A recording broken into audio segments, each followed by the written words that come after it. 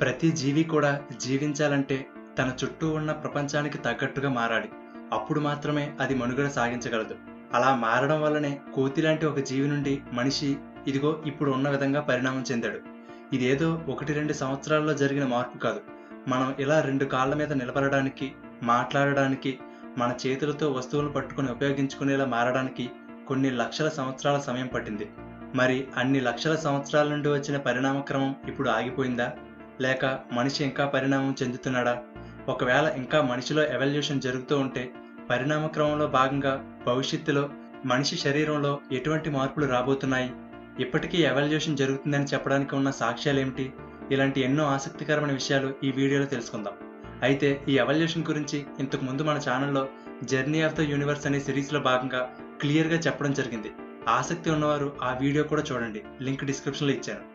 Evolution అంటే సింపుల్గా చెప్పాలంటే చుట్టుపక్కల ఉండే పరిస్థితులకు తగ్గట్టుగా మనుగడ సాధించడానికి ప్రతి జీవిలోని డిఎన్ఏలో ఏర్పడే మార్పుల వలన తరతరాలుగా ఆ జీవి శరీరంలో మార్పులు ఏర్పడడాన్ని పరిణామం చెందడం లేదా ఎవల్యూషన్ అని అంటారు. మనిషితో సహా భూమి మీద ఉన్న ప్రతి జీవిలో కూడా పరిణామ క్రమంలో భాగంగా శరీరంలో మార్పులు ఏర్పడుతూ ఉంటాయి. అయితే మనిషి పరిణామ క్రమం ఇక్కడితో ఆగిపోలేదు. మనం గుర్తించలేకపోవచ్చు, కానీ మనం ఇంకా ఎవాల్వ్ అవుతూనే ఉన్నాం. ఇంకా ఎవల్యూషన్ జరుగుతుంది అని చెప్పడానికి కొన్ని ఉదాహరణలు ఉన్నాయి. అవేంటో చూద్దాం. మనం పెద్ద అయ్యాక కూడా పాలు తాగితే అవి జీర్ణం అవుతున్నాయంటే అది ఎవల్యూషన్ వల్లనే సాధ్యమైంది. 10,000 సంవత్సరాల క్రితం పెద్దవారు ఎవరైనా పాలు తాగితే అవి జీర్ణం అవ్వక వాంతులయ్యేవి. ఎందుకో చూద్దాం. క్షీరదాలు అంటే పాలిచ్చే జీవులు పుట్టినప్పుడు కొంతకాలం పాటు తల్లిపాలు తాగుతాయి. కొంచెం పెద్ద అయ్యాక తల్లి పాలను తాగడం ఆపేస్తాయి. ఆ తర్వాత తాగినా అవి జీర్ణం కావు. ఎందుకంటే పాలలో లాక్టోజ్ అనే షుగర్స్ ఉంటాయి. వాటిని జీర్ణం అయ్యేలా చేయడానికి మనలో లాక్టేజ్ అనే ఎంజైమ్ ఉండాలి. కానీ కొంత వయసు వచ్చాక క్షీరదాలలో ఈ లాక్టేజ్ ఎంజైమ్ ఉత్పత్తి అవడానికి కారణమైన జీన్స్ స్విచ్ ఆఫ్ అయిపోతాయి. కాబట్టి కొంత వయసు వచ్చాక పాలు తాగినా సరే లాక్టేజ్ ఎంజైమ్ లేక పాలు జీర్ణం అయ్యేవి కావు. 10,000 సంవత్సరాల క్రితం వరకు మనిషితో సహా ప్రతి జీవిలో జరిగేది ఇదే.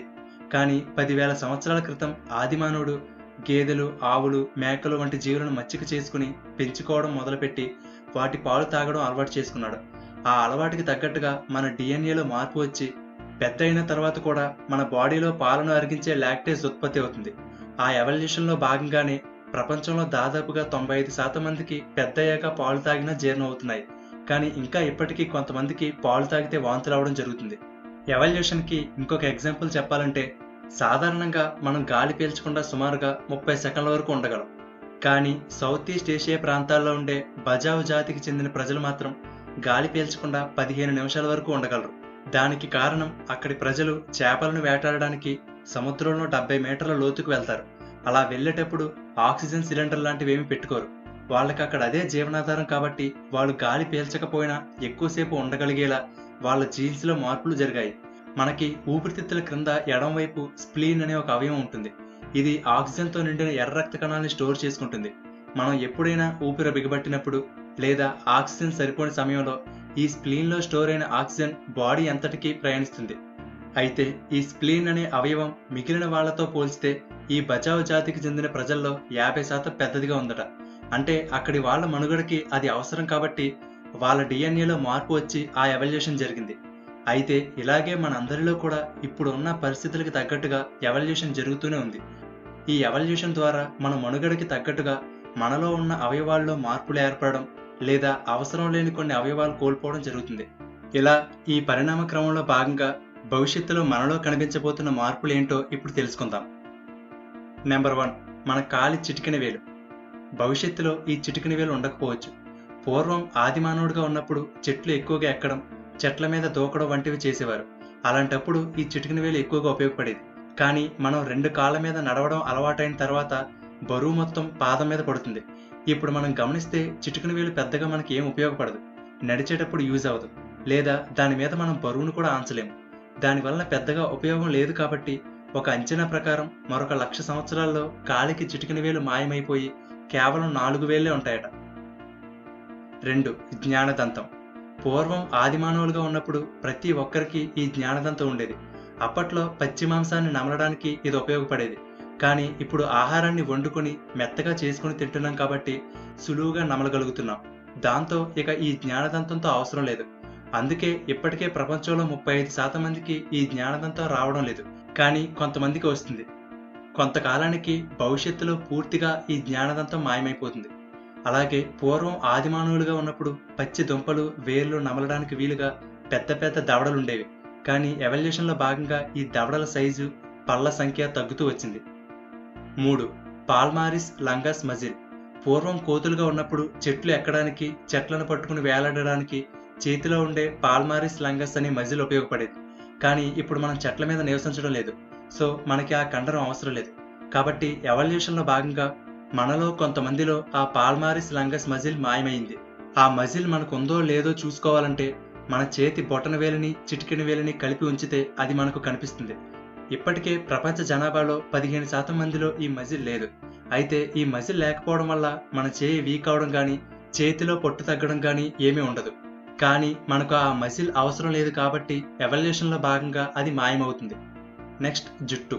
పూర్వం ఆదిమానవులుగా ఉన్నప్పుడు చలి ఎక్కువగా ఉండేది. అలాగే బట్టలు ఉండేవి కాదు. కాబట్టి ఆ చలి నుండి రక్షణ కోసం మొత్తం శరీరం అంతా జుట్టు ఉండేది. కానీ ఇప్పుడు అంత చలి లేదు. అలాగే ఇప్పుడు బట్టలు ధరిస్తున్నాం కాబట్టి ఇక ఆ జుట్టు అవసరం లేదు. అందుకే పూర్వంతో పోల్చితే ఇప్పుడు చాలా వరకు మన శరీరం మీద జుట్టు తగ్గిపోయింది. ఇప్పటికీ కొంతమందికి చెస్ట్ మీద జుట్టు రావడం ఆగిపోయింది. ఇదంతా కూడా ఎవల్యూషన్లోని భాగమే. కొంతకాలానికి ఎవరికి కూడా ఒంటి మీద వెంట్రుకలనేవి ఉండవు. అలాగే ఈ కాలంలో చాలా మందికి బట్టతల సర్వసాధారణం అయిపోయింది. దానికి మనం చేసేదేమీ లేదు. ఇదంతా కూడా ఎవల్యూషన్లో భాగంగా జరుగుతున్నదేనట. కొన్ని వేల సంవత్సరాలు గడిచేసరికి భవిష్యత్తులో ప్రతి ఒక్కరికి బోడిగుండే ఉంటుందంటున్నారు శాస్త్రవేత్తలు. Next, brain size. కోతుల నుండి పరిణామం చెందుతూ మనిషిగా ఏర్పడే క్రమంలో మనిషి మెదడు పెరుగుతూ వచ్చింది. అయితే గత 20 సంవత్సరాల నుండి మాత్రం మనిషి మెదడు తగ్గడం మొదలుపెట్టింది. హోమోసేపియన్స్గా ఉన్నప్పుడు మెదడు పరిమాణం 1500 క్యూబిక్ సెంటీమీటర్స్ ఉండేది. కానీ ఇప్పుడు మనిషి మెదడు 1350 క్యూబిక్ సెంటీమీటర్స్కి తగ్గిపోయింది. అంటే సుమారుగా టెన్నిస్ బాల్ అంత పరిమాణంలో మెదడుని కోల్పోయాం. అలాగే భవిష్యత్తులో మనిషి మెదడు సైజు మరింత తగ్గిపోతుందట. ఇప్పుడున్న టెక్నాలజీ వలన మనిషి మెదడుని ఎక్కువగా ఉపయోగించకపోవడమే దానికి కారణమట. ఉదాహరణకి గేదె, దున్నపోతు లాంటి జంతువులను తీసుకుంటే సాధారణంగా మన ఇంటి దగ్గర పెంచుకునే గేదెల మెదడు కంటే అడవులలో తిరిగే గేదెల మెదడు కొంచెం పెద్దగా ఉంటుంది. దానికి కారణం అడవిలో ఉండే గేదెలు వాటి తిండిని అవే సంపాదించుకోవాలి, ఇతర జంతువుల నుండి రక్షించుకోవాలి. అవి స్మార్ట్గా లేకపోతే అవి ఆ అడవుల్లో బ్రతకలేవు. కానీ మనం పెంచుకునే వాటికి ఈ టెన్షన్లు ఏమీ ఉండవు. రక్షణ ఉంటుంది, టైంకి ఫుడ్ అందుతుంది. అందుకే ఒకే జాతికి చెందినప్పటికీ అడవులలో పెరిగే వాటితో పోల్చితే మనం పెంచుకునే వాటికి బ్రెయిన్ సైజ్ తక్కువగా ఉంది. అలాగే మనం పూర్వం ఆహారం సంపాదించుకోవడానికి ఇతర జంతువుల నుండి రక్షించుకుంటూ మనిషి అలర్ట్గా ఉండేవాడు. కానీ ఇప్పుడు అటువంటి భయాలేమీ లేవు. కాబట్టి మెదడు సైజు మరింత తగ్గుతూ వస్తుందట. అలాగని మనం తెలివి తక్కువ వాళ్ళం అవుతున్నామని కాదు. ఉన్న మెదడే మరింత షార్ప్గా పనిచేస్తుంది. Next, tail bone. కొన్ని లక్షల సంవత్సరాల క్రితం కోతులుగా ఉన్నప్పుడు తోకలు ఉండేవి. కానీ పరిణామ క్రమంలో భాగంగా మనుషులుగా మారినప్పుడు ఆ తోక అవసరం లేకపోవడం వల్ల అది కనుమరుగైపోయింది. అయితే అది పూర్తిగా మాయమవలేదు. ఇప్పటికీ మనలో వెన్నెముక చివర చిన్న టెయిల్ బోన్ ఉంటుంది.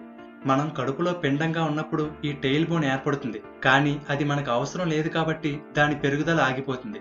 ఇప్పటికే కొన్ని చోట్ల కొంతమంది పిల్లలు తోకలతో పుట్టిన సంఘటనలు ఉన్నాయి. అయితే భవిష్యత్తులో మన శరీరం నుండి ఈ టెయిల్ బోన్ కూడా పూర్తిగా మాయమైపోతుంది. అలాగే మనలో కొంతమంది చెవులు వాటంతట అవే కదిలేలా చేయగలరు. పూర్వం అడవులలో ఉన్నప్పుడు ఏ శబ్దం ఎటువైపు నుండి వస్తుందో తెలుసుకోవడానికి చెవులు అటువైపుకు కదిలేవి. ఇప్పటికీ పిల్లి, కుక్క ఇలా చాలా జంతువుల్లో చెవులు కదలడం చూడవచ్చు. కానీ మనకు అది అవసరం లేదు కాబట్టి ఎవల్యూషన్లో భాగంగా చెవులు కదలడానికి అవసరమైన కండరాలు పనిచేయడం మానేశాయి. కానీ ఇంకా కొంతమందిలో ఆ కండరాలు పనిచేయడం వల్ల వాళ్ళ చెవులను వాటంతట అవే కదిలేలా చేయగలరు. కానీ ఫ్యూచర్లో ఇక ఆ కండరాలు మన శరీరంలో పనిచేయవు. అలాగే మన బాడీలో పనికిరాని అవయవంగా చెప్పుకునే అపెండిక్స్ కూడా ఎవల్యూషన్లో భాగంగా మాయమైపోవచ్చట. కానీ కొన్ని స్టడీల్లో ఈ అపెండిక్స్లో మన శరీరానికి ఉపయోగపడే బ్యాక్టీరియా ఉండవచ్చని అంటున్నారు. కానీ పూర్తి స్థాయిలో దీని ఉపయోగాలు ఏంటి అనేది తెలియడం లేదు. ఒకవేళ ఇది శరీరానికి పనికిరాకపోతే ఇది కూడా పరిణామంలో భాగంగా అంతరించిపోతుంది. అయితే ఇప్పటి వరకు చెప్పుకున్నవన్నీ కూడా న్యాచురల్గా జరిగే ఎవల్యూషన్. కానీ మనిషి క్రిస్పర్ అనే టెక్నాలజీతో మన శరీరంలో ఉండే డిఎన్ఏని మార్చడం ద్వారా మనం వీడియో గేమ్లు ఆడేటప్పుడు మనకి కావలసిన ఫీచర్స్తో ఉండే ఆటగాడిని ఎలా సెలెక్ట్ చేసుకుంటామో అలా భవిష్యత్తులో పుట్టబోయే పిల్లలను కూడా సెలెక్ట్ చేసుకునే రోజులు రాబోతున్నాయి. భవిష్యత్తులో డిఎన్ఏని ఎడిట్ చేయడం ద్వారా పుట్టే పిల్లవాడు ఏ రంగు ఉండాలి, ఎంత ఎత్తు ఉండాలి అనేది సెలెక్ట్ చేసుకోవడం, ఒకవేళ వంశపారపర్యంగా వచ్చే వ్యాధులు ఏమైనా ఉంటే వాటిని తొలగించడం, ఇలా ముందే జీన్స్ని ఎడిట్ చేసుకోవచ్చు. ఒకవేళ మీరు ఈ డిఎన్ఏ గురించి, దాని పనితీరు గురించి పూర్తిగా తెలుసుకోవాలనుకుంటే మన ఛానల్లో డిఎన్ఏ అంటే ఏమిటి అనే ఒక వీడియో చేశాను. దాని లింక్ కూడా డిస్క్రిప్షన్లో ఇచ్చాను, ఒకసారి చెక్ చేయండి. ఏది ఏమైనా, ఏ జీవైనా మనుగడ సాధించాలంటే అప్పటి పరిస్థితులకు తగ్గట్టుగా పరిణామం చెందాల్సిందే. అలాగే పరిణామం అనేది ఒక్క రోజులోనూ ఏ ఒక్కరితోనూ అయిపోయేది కాదు. వేల లక్షల సంవత్సరాల సమయం పడుతుంది. ఎన్నో తరాలు గడిచిన తర్వాతే ఎవల్యూషన్ జరుగుతుంది. అలాగే ఈ భూమి మీద జీవం ఉన్నంత వరకు కూడా ఎవల్యూషన్ జరుగుతూనే ఉంటుంది. లైక్ చేయండి, అలాగే మీ ఫ్రెండ్స్ అందరికీ షేర్ చేయండి. ఇలాంటి మరిన్ని ఇంట్రెస్టింగ్ వీడియోలను మిస్ కాకుండా చూడడానికి తెలుగుబడి ఛానల్కి సబ్స్క్రైబ్ చేసుకుని పక్కనే ఉన్న బెల్ బటన్ యాక్టివేట్ చేసుకోండి. తెలుగుబడి నుండి ఎప్పటికప్పుడు అప్డేట్స్ని పొందడానికి ఫేస్బుక్, ఇన్స్టాగ్రామ్, టెలిగ్రామ్, ట్విట్టర్లలో తెలుగుబడిని ఫాలో అవ్వండి. Thank you for watching.